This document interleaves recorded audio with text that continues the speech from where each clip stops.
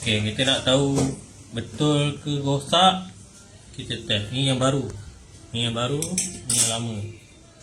So tengok rosak ke tak. Kita test kat yang lama. Tak ada, tak ada. Okay, ni yang baru. Sebab yang baru ada lampu. Ini lama, kalau satu rosak dia akan berkait. Jadi semua dah rosak. So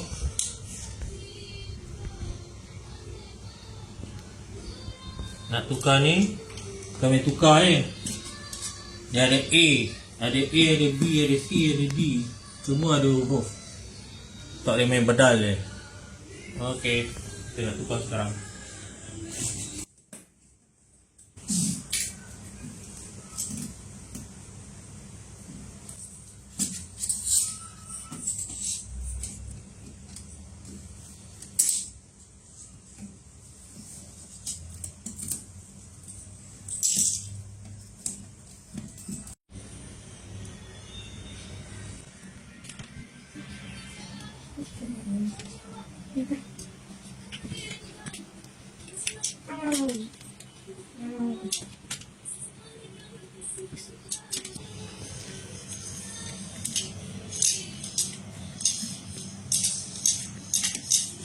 Wow.